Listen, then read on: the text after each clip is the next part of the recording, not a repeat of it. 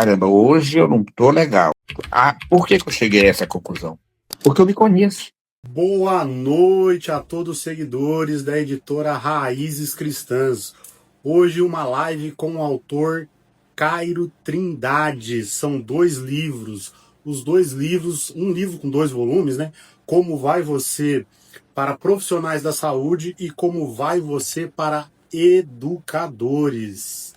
É impressionante como o Caio escreve bem, como ele consegue colocar aqui tudo que o educador e tudo que um profissional da saúde passa no seu dia a dia como servidor público, como seletista. Agora, eu queria perguntar para você, né? Vamos começar aqui pelo... São 2 livros, né? Sim. Como vai você para profissionais da saúde e o como vai você para educadores esgotados, né? Um tema recorrente, um tema que passa ano e sempre vai existir, não é, né? Todo É profissional acaba verdade. se esgotando, não existe. E aí eu vou começar contigo justamente pela seguinte questão. Como vai você de verdade, tá? Por que você escolheu Certo. começar os 2 livros com essa pergunta tão direta? Eu vou também aproveitar, boa noite a quem está assistindo, boa noite a quem não vai assistir aí gravado. Eu vou começar também diretamente, dizendo para você que o que motivou fazer uma pergunta tão direta é porque nas nossas experiências a gente observa que o profissional, o colega profissional da saúde e o colega profissional da educação, eles têm dificuldade de falar sobre isso, né? Tem dificuldade de falar sobre isso e existe também uma dificuldade maior ainda, porque ainda tem muitos tabus sobre falar de si mesmo, sobre falar dos seus problemas. Às vezes as pessoas pensam, eu não vou falar, eu tenho um amigo, e aí já direto entrando no assunto, se o senhor me permite, eu tenho um amigo que ele não tem um comportamento assim. Hoje ele está triste, hoje ele está diferente. Não, mas eu não vou falar nada porque não sei se deve ser um problema lá de família pessoal, de repente eu posso estar me intrometendo. Você ainda tem esse tipo de pensamento que acaba dificultando a conexão, acaba dificultando que a gente ajude alguém por conta dessa dificuldade que a gente tem em achar de pode estar ali se metendo onde não deve, onde não é chamado, como se dizia antigamente. Então, diretamente é isso. Eu resolvi fazer isso e também tem uma outra história que é relativa a esse título principal que, que remete ao meu pai.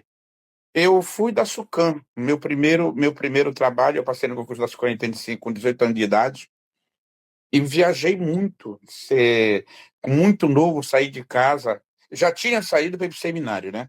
Com 13 anos de idade. E depois, na SUCAM, trabalhando principalmente em áreas ribeirinhas aqui da Amazônia, garimpo, aldeias. E toda vez que eu chegava de viagem, não eram viagens curtas, em geral passava 40 dias, 60, 70 dias fora de casa. Quando eu chegava em casa, o meu pai gostava do Roberto Carlos, né? Ele já é falecido. E gostava dessa música, Como Vai Você? E aí ele chegava, a primeira coisa que ele vinha, me dava um abraço, eu tomava a benção, benção, pai, eu cheguei agora. Ele chegava, olhava para mim e dizia, meu filho, como vai você? Ele queria saber como é que estava a minha situação, como é que foi a minha viagem. E daí eu pensei também em fazer isso de maneira empática, de maneira carinhosa, porque me remete à afetividade que o meu pai, como meu pai me recebia, né, com essa pergunta acolhedora, essa pergunta da forma como ele fazia de maneira muito afetiva, muito carinhosa, eu tento passar isso no livro. E é isso. Ah, muito bom, muito bom. Agora, Caio, em que momento da sua vida pessoal ou profissional essa pergunta deixou de ser formal, deixou de ser ali uma brincadeira para ser algo de fato urgente? Quando aconteceu uma situação muito grave, com uma situação que me marcou muito. É, eu, eu até me emociono quando eu falo sobre isso. No momento em que eu tirei a corda da mão de uma pessoa que estava se preparando para se enforcar. Ali eu tive um. Eu não vou dizer que foi um insight, né? Eu recebi um choque. Quando eu saí daquela casa, eu fui chamado lá porque eu estava dando uma palestra, né, sobre essa situação numa escola e alguém me chamou e disse: Olha, está acontecendo uma situação assim, assim.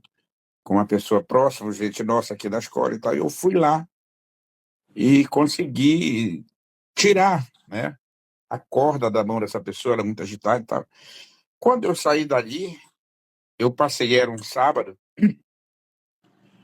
eu passei o resto do dia pensando, eu preciso fazer alguma coisa, porque eu já vinha assim recebendo de colegas de colega da saúde, de colegas de professores das escolas que eu dava palestra, na ocasião eu dava palestra. A gente sempre era chamado depois da palestra, quero conversar com o senhor. O professor queria conversar isso, queria. Gente, eu não sou psicólogo, eu não sou psicólogo, a minha formação é em neurociência e desenvolvimento humano, mas a gente tem que entender que uma escuta. Eu fui entender depois de estudos, de pesquisas e das experiências, e eu sempre digo isso nas nossas palestras, muitos remédios nós somos uma farmácia que carrega muitos remédios, né? Um sorriso, um abraço, um acolhimento afetivo, um beijo, um, um afeto, uma palavra de carinho, são remédios que não custam um centavo e às vezes fazem muito bem. Nós podemos cuidar das pessoas com esses remédios, utilizando um pouco mais no nosso dia a dia. Esses remédios da farmácia da alma. Eu costumo dizer isso, e aí eu escuto as pessoas e dou uma palavra ali de acolhimento, né? A gente não tem, não, como já falei para você, eu não sou psicólogo, não tenho formação em psicologia, mas as experiências que a gente passou e o conhecimento também do cérebro que a neurociência me trouxe, servem também como suporte para que a gente ouça e dê aquela palavra de acolhimento e encaminhar naturalmente, se a gente, quando é o caso, encaminhar para os profissionais especializados, né? Psicólogos, psiquiatras, enfim. E, Caio, você acredita que os educadores e os profissionais da saúde aprenderam a cuidar de todos, mas não conseguem cuidar de si mesmos? É exatamente isso. A gente cuida, ensina, forma, né, o ser humano e não cuida, não tem autocuidado, não tem não tem essa visão mais efetiva, digamos assim, com o autocuidado. E principalmente, é outra coisa que eu costumo dizer, nós somos analfabetos emocionais, né? E a gente tem que entender uma coisa fundamental. Nós, muito antes de sermos seres racionais, nós já éramos emocionais. Então, as nossas emoções vêm muito antes do aprendizado, da alfabetização sobre qualquer aspecto. E toda a base da nossa educação ela foi feita, ela foi calcada na racionalidade, né? Você estuda tudo calcado no racional, física, matemática, português, história, enfim. Ninguém te ensinou, ninguém, desde que você é pequeno, chamou você para dizer para você, olha, no momento em que você se sentir triste, faça isso, faça aquilo. No momento em que surgiu um momento de estresse, de adversidade, você deve agir dessa forma. Você tem esses elementos, você tem essas ferramentas. E é isso que a gente vem trazendo hoje. Eu tenho um sonho, aliás, é um sonho não costumo chamar de sonho. Eu tenho um grande desejo de criar uma escola de formação emocional, de inteligência emocional. Não baseada no que a gente já tem hoje, mas uma escola que eu vou chamar, que eu costumo dizer, de alfabetização emocional, porque eu acho que esse é o caminho, inclusive, para o futuro da humanidade. Principalmente do jeito que a gente anda cada vez mais estresse, essa roda viva, né?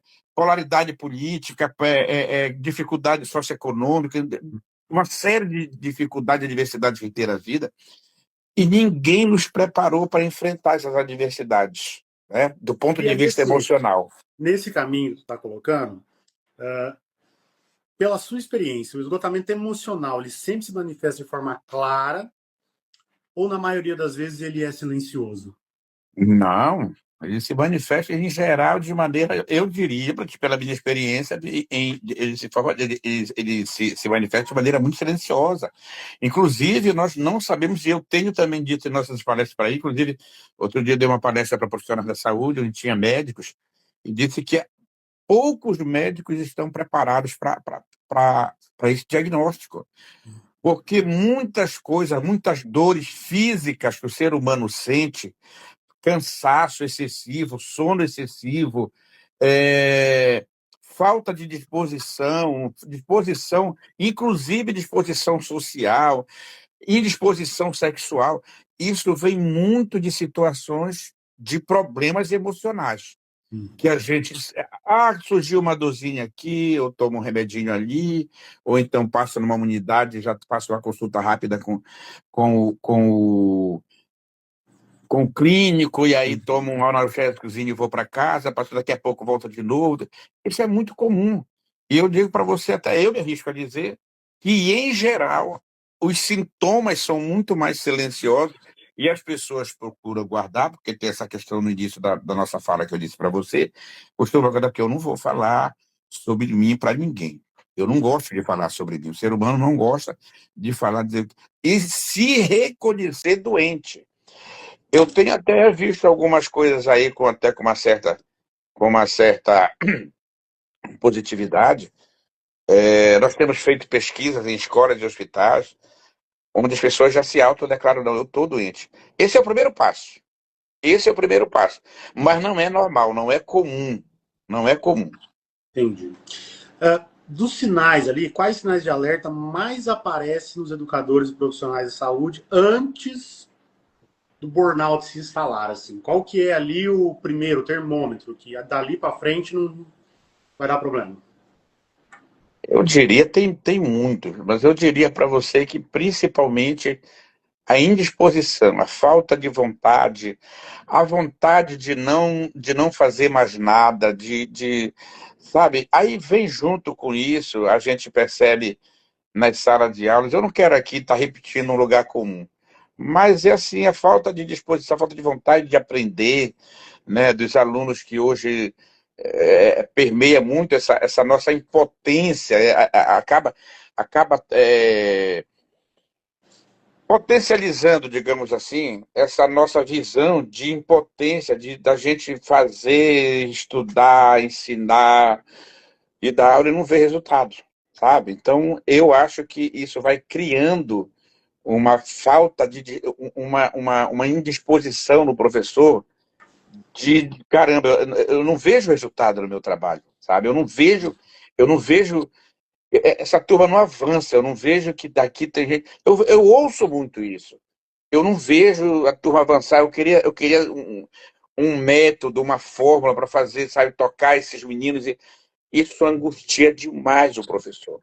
Isso Entendi. angustia demais.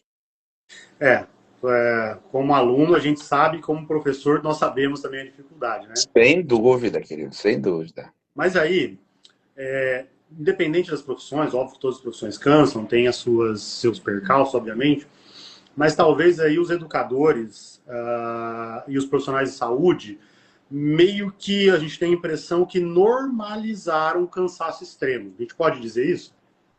Sem dúvida. Que é um dos maiores pecados que a gente pode cometer com a nossa saúde. É a normatização dessa condição, é a normatização desse contexto. Isso aí é normal, vou deixar para lá, eu não vou fazer porque também. Aí também tem outra coisa, viu?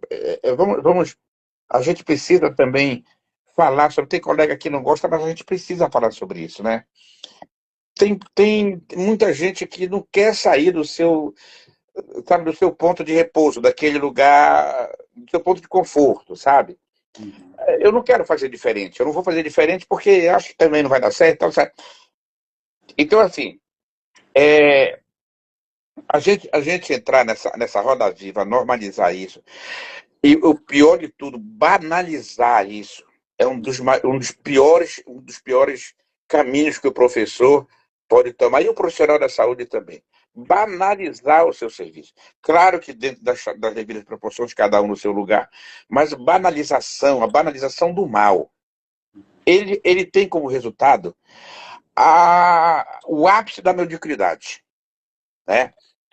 Você se acostumar, você se colocar e ficar confortavelmente instalado num espaço de mediocridade.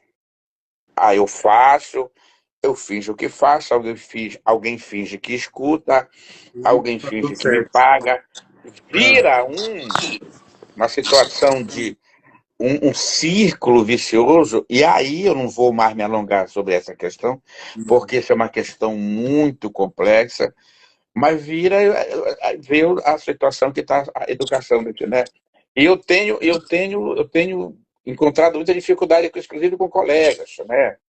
Colegas, por exemplo, que outro dia eu estava participando de uma reunião de planejamento pedagógico, onde eu percebi, no geral, que os colegas não tinham a menor noção do que estava escrito no livro didático que eles iam usar. E eu acho isso absurdo. sim. Absurdo, absurdo. Eu tenho por critério o livro didático que me é fornecido na escola que eu trabalho. Quando eu recebo o livro, eu leio ele todo. Leio o livro, inclusive já descobri, aqui na Capaz, já descobri erros didáticos em vários livros que chegaram para nós. Eu vou na coordenação, geralmente com a minha coordenadora, professora, olha, encontrei isso aqui, aí quebra, isso aqui está errado, isso aqui há uma inconsistência, que às vezes é de digitação, às vezes enfim. Uhum. Mas o professor dizia, não, pega um livro, eu não leio o livro. Caramba, você é professor de uma disciplina e não lê o livro da sua disciplina, sabe? Então, isso me leva a acreditar que o professor já não lê o livro da própria disciplina, que ele vai usar como referência. Ele não lê outro material. Ele não lê materiais que principalmente com o tema transverso, enfim, essa Uhum. situação toda. O professor, você sabe disso, é um eterno estudante, né? É um eterno estudante, não tem como deixar de ser, e tem que ser, porque eu sou um incentivador do professor eterno estudante, até porque eu faço isso. Eu busco de toda forma, eu me autodeclaro um viciado em conhecimento. Sim, tá Eu certo. vou. Eu queria ter um cérebro do tamanho de um computador, uma forma. Às vezes eu sonho demais, mas enfim. A gente busca e vai até onde a gente pode ir. Caio, é, a gente está falando dos seus dois livros, né? E aí Certo. você vai entrando na live, nós vamos mostrando. Agora uma pergunta aqui que não quer calar, né? Em algum momento, o Caio Trindade percebeu que estava cuidando de todos, mas emocionalmente tinha deixado si mesmo? Velho, mas que pergunta maravilhosa. Eu, eu vou passar antes da pergunta logo lá para finalizar. Eu vou deixar a introdução e o desenvolvimento e vou passar a conclusão. Eu mudei como pessoa, como comportamento, enfim, eu percebi muito. No momento em que eu percebi, cara, tu precisa te cuidar, sabe? Eu olhei para mim e disse, olha, eu vou me cuidar buscando como conhecimento, Uhum. né? E aí eu agradeço muito a neurociência, que foi uma coisa que eu acho que a ciência do futuro, juntamente com a inteligência artificial, a neurociência, nós vamos descobrir neurociência, mas eu me arrisco a dizer para você que o ser humano, todo conhecimento científico sobre o cérebro hoje, não alcança 20% do que o cérebro tem para mostrar. E a neurociência vai mostrar isso daqui nos próximos 20, 30 anos. Nós vamos mostrar capacidades neurológicas, capacidades do cérebro, funções, enfim, situações, informações sobre o cérebro que nós não sabemos nos últimos 100 anos, nós vamos saber nos próximos 20 anos. Pode ter certeza disso. Inclusive, preparando o ser humano para um futuro de muita mudança, de muito problema, de muito. Nós vamos precisar nos readaptar, nos reformar verdadeiramente. A neurociência vai ajudar muito nisso. O ser humano precisa se buscar em si mesmo um novo ser humano. Esse ser humano que tem hoje, que nós conhecemos hoje, ele é velho, ele é ultrapassado, ele é obsoleto. Nós, assim como as máquinas que a gente vê nos filmes de ficção científica, nós somos série. Uhum, Nós vemos as gerações, elas vêm em série. Cada série de geração é melhorada. uhum. Melhorada em alguns pontos de vista e outros até piorada. Mas, em geral, a gente é aperfeiçoado.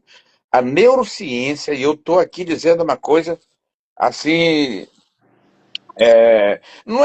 não, não tem caráter premonitório nem nada, é do meu conhecimento e até onde eu sei até onde a gente pode ir. A neurociência vai transformar o ser humano e vai trazer um outro ser humano para viver na face da Terra. Não Pegando, porque, não porque isso seja uma situação natural. Vai ser uma situação de necessidade, de sobrevivência. Ou o ser humano muda, ou o ser humano se enquadra em determinados padrões. Eu vou chamar de padrão, que é uma palavra que não gosta, mas padrão novo, em determinados padrões, principalmente do ponto de vista socioeducacional, ou nós vamos acabar como raça, como sociedade, como ser vivo na face da Terra. A gente precisa entender isso. pegando esse seu gancho, muita gente fala de inteligência emocional, mas o que é inteligência emocional na prática, ali fora da teoria, dos livros acadêmicos? O que seria inteligência emocional para quem nunca leu um livro sobre isso?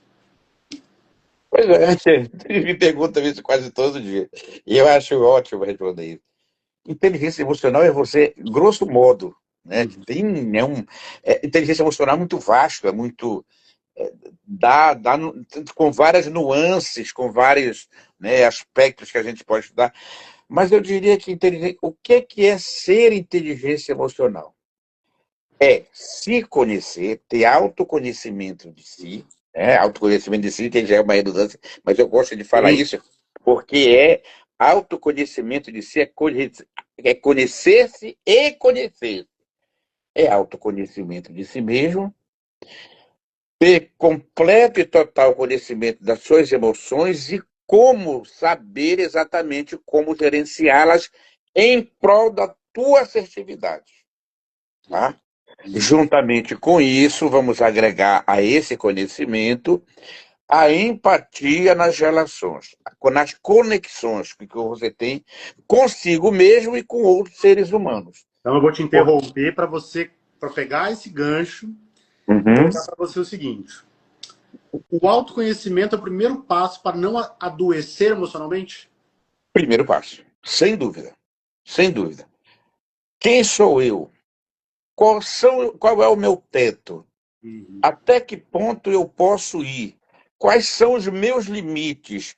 E principalmente uma coisa que pouco se fala, pouco se vê, pouco se ouve, pouco se conversa. Qual é o meu propósito? Não existe processo, não existe sobrevivência sem propósito. Nós temos a perspectiva e o propósito. Eu não posso. A gente vive de perspectiva. Nós vivemos de perspectivas. Nós vivemos com a perspectiva de ganhar mais, de conseguir um emprego, de passar num concurso. Nós vivemos com a perspectiva de construir a casa própria, de adquirir a casa própria, de ter um avanço no trabalho.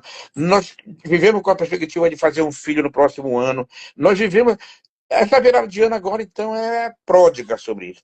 Nós vivemos com a perspectiva de perder peso. Eu estou tentando há 4 anos perder 15 quilos, ainda não consegui, mas eu chego lá.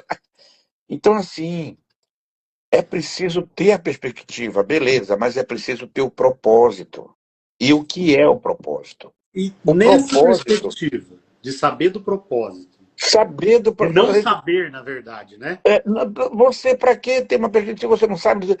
Gente, eu digo sempre um exemplo lá que a gente vê naquele livro do Lewis Carroll, Alice no País das Maravilhas, Uhum. onde ela encontra com o gato lá em cima, ronronando, como todo refestelado em cima de uma árvore, como é o jeitão dos gatos, e ela vai num caminho e encontra uma encruzilhada. E pergunta, olha para o alto, o gato lá olhando para a cara dela, e ela pergunta, seu gato, para onde vai dar esse caminho? Que caminho tomar? E ele pergunta, para onde você quer ir? E ela disse: eu não sei. Ele disse: tome qualquer caminho, porque quem não sabe onde quer ir, qualquer caminho serve. Olha só que carga de, de Sabedoria, né? expectativa, sabe, carga filosófica, isso nos remete. Gente, a maioria, eu me arrisco a dizer que a maioria das pessoas caminham, estão no mundo e não sabe o seu propósito. E não sabe duas coisas fundamentais. Para quê e por quê? Sabe? Eu quero ter um dinheiro, eu quero ganhar na Mega Sena da virada, eu quero ter um bom emprego, eu quero ter um carro importadão, eu quero ter uma casa, uma mansão, mas isso é propósito? Não, isso não é propósito, é perspectiva. O que é que você está fazendo para melhorar a tua vida? O que é que você está fazendo para conquistar, para chegar a alcançar o teu propósito? E o propósito deve ser sempre o horizonte, como Então, diz quando lá o você professor fala a Portela. questão do propósito, e aí já vou entrar em outra pergunta aqui, Uhum. como que a gente identifica uma reação emocional quando ela já está interferindo na forma de ensinar ou cuidar? Ou seja, a pessoa já está com um problema emocional ou grande ou saindo e ela acaba atrapalhando ela no cuidar, no ensinar, né? Então, assim, é, é, como a gente identifica isso nos profissionais? Como o próprio profissional identifica isso? É difícil ter essa. Vamos chamar agora de insight, né? Dizer, não, poxa, eu estou doente, eu estou precisando dar uma parada. E eu tenho dito outra coisa, aproveitando o gancho também, já vou adiantando. As pessoas perguntam para mim, professor, eu estou cansado, eu estou me reconhecendo, o que é que eu faço? E eu digo, desligue-se. Desligue-se. Se não dá para desligar da vida, desligue-se 15 minutos todo dia.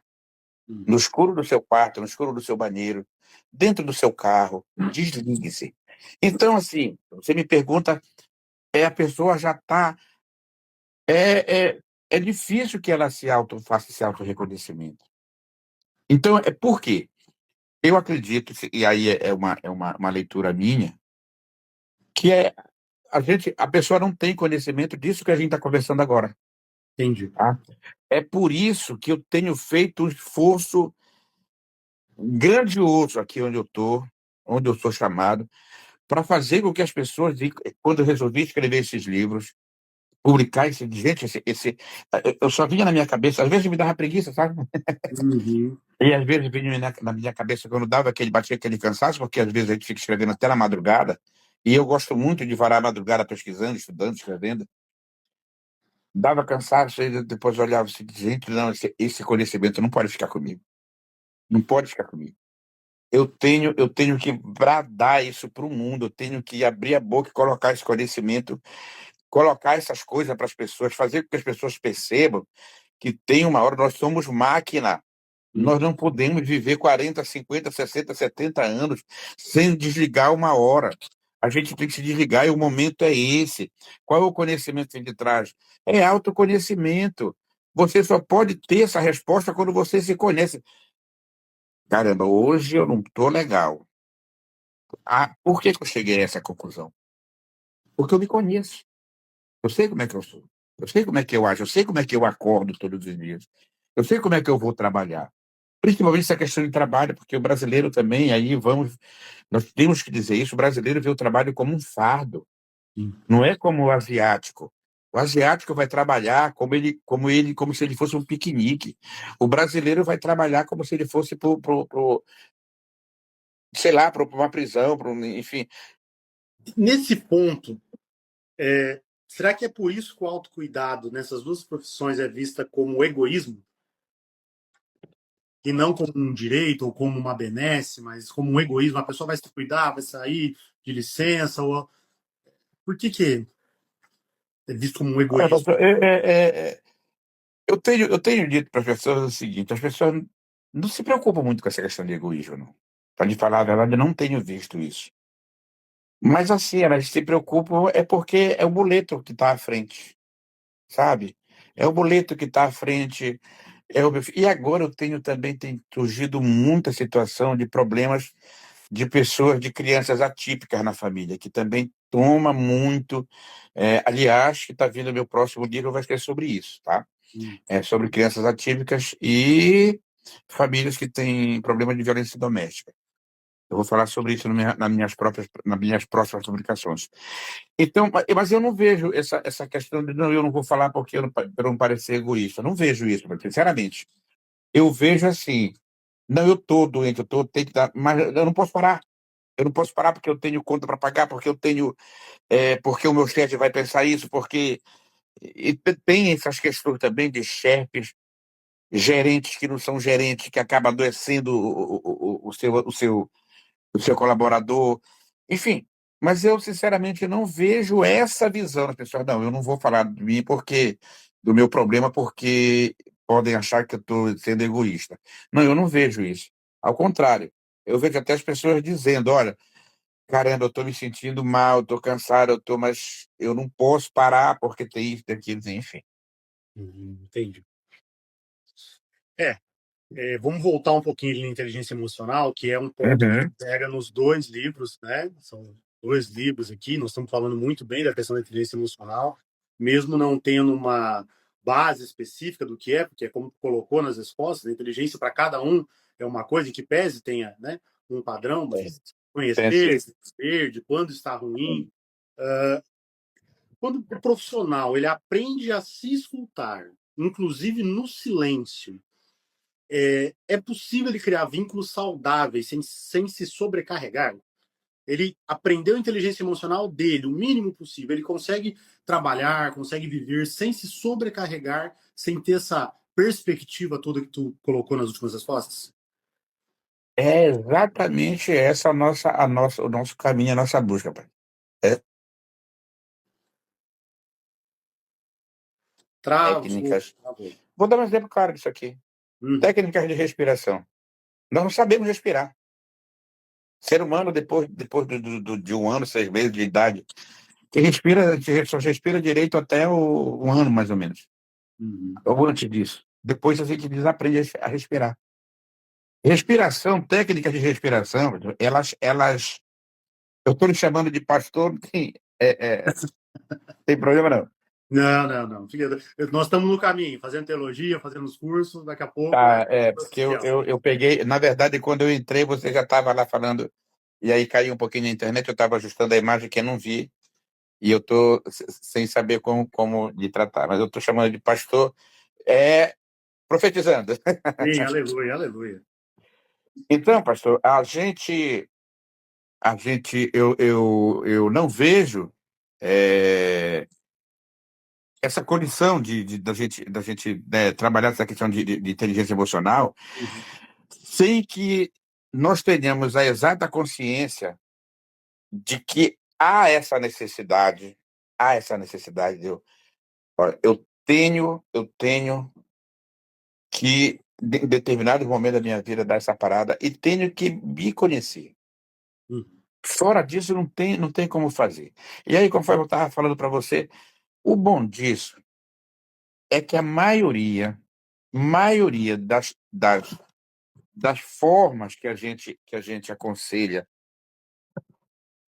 para equacionar esses problemas, eles não são caros. Não tem na farmácia ainda remédio para isso.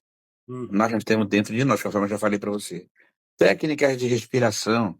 A respiração, ela baixa até a pressão arterial. Sim. Técnicas de respiração baixa a pressão arterial. É preciso que a gente entenda o seguinte: todas as nossas emoções, e aqui eu quero deixar claro uma coisa: tudo que a gente está falando aqui não tem nenhuma condição, não permeia a questão de eliminação, tá? Nós não podemos eliminar emoções. As emoções são inerentes à existência humana, são da inerência da nossa sobrevivência, da nossa existência. Enfim, o que eu quero dizer para vocês é o seguinte: nós podemos controlar, manejar, porque nós temos dentro de nós uma série de entidades. Eu vou chamar de entidades não do ponto de vista de sobrenatural, mas nossas entidades, os nossos pequenos, que eu costumo também chamar de nossos pequenos demônios, que é preciso a gente aprender a dialogar com eles. Outro dia, inclusive, eu estava dando uma palestra por umas senhoras de uma igreja, as senhoras eu acho que era anciã da igreja, não sei. Era a senhora da igreja, e aí ela me perguntou, pastor, uma hora, uma pergunta, professor, assim, o que é que o senhor diz, qual é a maior qualidade que o ser humano pode ter desse ponto de vista do autocontrole? Disse, aprender a conversar com demônios. Ela disse, credo, pastor, credo, professor. Eu disse, não, mas não é demôniozinho daquele bíblico, não, que fica te perturbando, são os seus. Suas emoções, a ira, a raiva, o estresse, a ansiedade, a tristeza. Aprenda a conversar com eles e dizer para eles todo dia ao acordar: vocês só vão sair daí de dentro. Se olha no espelho, é assim mesmo. Vocês só vão sair daí de dentro se eu quiser, quando eu determinar, para fazer a minha vontade, para fazer algo em meu favor. Se não for para isso, vocês não vão sair, não vão dar um pio, porque eu não vou deixar. A Isso parece Bíblia brincadeira, diz pastor. muito sobre domínio próprio, que o ser humano tem Domínio próprio. Isso domínio. parece brincadeira, pastor. Mas se criar esse hábito funciona. Tudo é uma questão de hábito. E vou lhe dar. Eu gosto de falar dando exemplos claros disso. Uhum. Quem é que há 20 anos atrás achava que todo mundo ia usar cinto de segurança nos carros?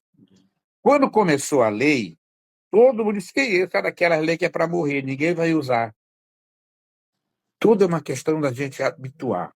Uhum. Eu lembro que o meu filho, os meus filhos, os mais velhos, quando entravam no carro, que a criança, quando ela percebe, quando ela aprende, ela cobra e ela fala. Os meus filhos começaram a ver isso e as mães dizendo: olha, quando entrar no carro, meu filho, veja se seu pai colocou o cinto de segurança. Veja se eu... Desculpa. A primeira coisa que meus filhos entravam no carro, pai, o cinto. Ah, pai, o cinto, não pode, olha a polícia. Uhum. Eu já colocava. Pá, pá. Conclusão da história. Hoje todo mundo é o contrário. Ninguém entra num carro hoje sem colocar o cinto de segurança. Quer ver outro exemplo? Cigarro. Há 30 anos atrás, há 20 anos atrás, vamos deixar os 20 anos. Há 20 anos atrás, todo mundo fumava em cima da tua cabeça. Uhum. Não tinha... Começaram a diminuir os espaços do fumante. E daí veio a reclamação, veio a grita, porque isso vai contra o direito de liberdade individual, não sei o quê. E foram criando lei. Gente, quem é que fuma hoje num restaurante? Ninguém. Hoje não existe. Ninguém. Hoje É não. questão de hábito. Uhum. Tudo é uma questão de hábito. Se nós acostumarmos nossas crianças com bons hábitos, se nós nos acostumarmos a bons hábitos, o mundo muda. Sim. É assim. Professor Cairo, para a gente ir encerrando aqui, a conversa contigo flui de uma maneira fantástica, né? Não é à Ô, toa que a querido, eu gente que agradeço. tem conteúdos assim para dar e vender, e para quem quiser comprar, tem no nosso site, obviamente. E aí, para a gente ir encerrando, eu queria te perguntar: o que você espera que o leitor sinta ao terminar o seu livro? Ou seja, o que ele sente ao terminar de consciência, de mudança de postura? O que você espera? A pessoa caiu de paraquedas aqui, viu o livro, não sabe de nada, ele vai começar a ler. Qual é a mudança que você espera Uhum. nesse? Internet deu uma, internet deu uma picada. Enfim, mas eu deu para entender. Pastor, é o seguinte, eu tive o cuidado, e aí fui até certo ponto criticado, quando eu disse: eu não quero esse livro, eu não quero escrever sobre tecnicismo. Uhum. Eu não quero escrever coisas das nossas pesquisas. Eu quero escrever, eu quero bater um papo, eu quero que a leitura flua como um papo, uma conversa, dizendo: cara, te cuida, colega, te cuida. Você precisa se cuidar. E aí você me pergunta: o que é que eu espero? Eu espero que ao final da leitura, o colega da saúde e da educação tenha consciência de dizer: caramba, eu precisava ouvir isso, eu precisava ler isso, e eu preciso me cuidar. E eu espero, peço a Deus, que ao final dessa análise o colega diga: eu vou me cuidar. É isso que eu espero. Fantástico, fantástico, fantástico. Caio, eu quero te agradecer mais uma vez por colocar os seus livros aqui. Como vai você para profissionais de educação? Como vai você para profissionais da saúde? Você acabou de falar que já está vindo mais um ou dois livros aí, né? Sim. Vou falar para as pessoas, ó, temos o livro do Caio na Amazon, no nosso site www.editoraraizcristã.com.br. Essa live vai estar no nosso canal do YouTube, conjuntamente com o Instagram do Caio, para quem quiser perguntar, trocar ideia, saber um pouco mais, principalmente da experiência que ele teve escrevendo os livros, o porquê que ele escreveu o livro. A gente precisaria aqui de umas 10 horas para falar de inteligência emocional, Sim, que é muita coisa. verdade. Eu quero terminar, Caio, agradecendo você e fazendo uma pergunta para quem está nos assistindo. Como vai você? Você sabe como você está? Caio, brigadão. Deus te abençoe, meu irmão. Obrigado, pastor. Eu que agradeço de coração e que nesse novo ano a gente realmente tenha uma nova perspectiva, uma nova visão, um novo olhar, principalmente para nós, para o nosso próximo e para o mundo. Aquele olhar que Cristo verdadeiramente nos ensinou. Isso é que eu espero, pastor. Feliz ano novo Aleluia. para todos. Aleluia. Deus te Obrigado. abençoe, cara. Um abraço.